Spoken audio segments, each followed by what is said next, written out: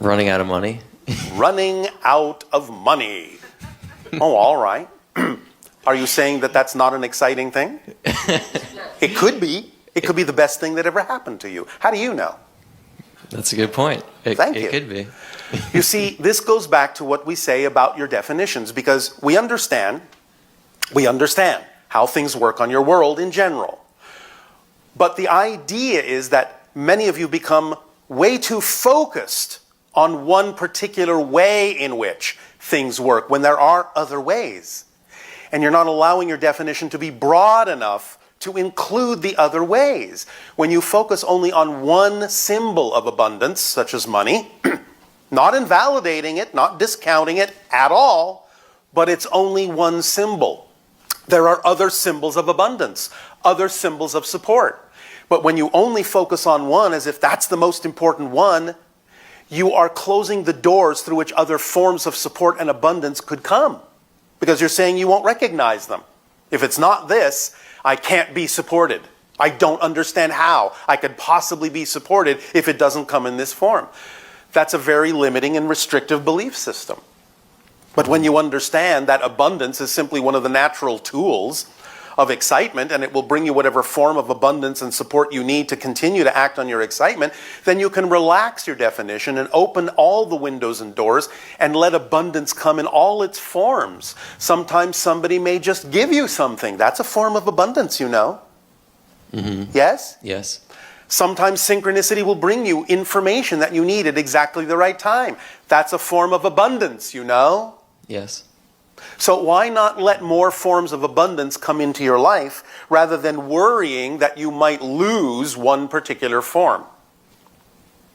That sounds like a good idea. Why, thank you.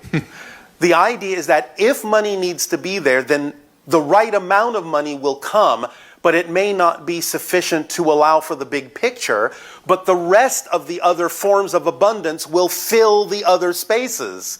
So that sometimes it may be, well, you just need this much money, and you need this much gift, and you need this much synchronicity, and all together, you've got your support.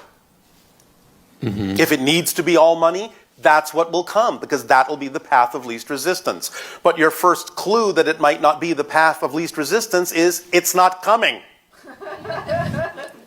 That's your moment to look around and go, could there be other forms of abundance that I could allow in?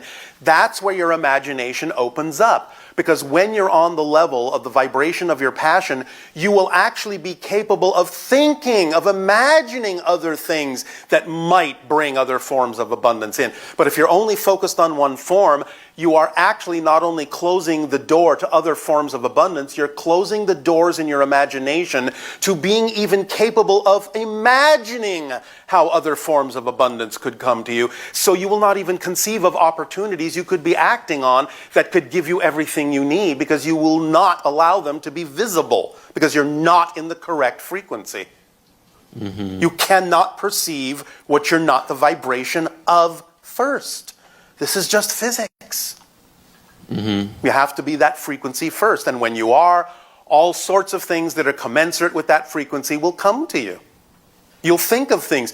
Other people might call the things you imagine crazy, but that doesn't mean they won't work for you. They don't have to work for them. They just need to work for you. Mm-hmm. Is this making some sense? Definitely. Is this helping? A lot. All right.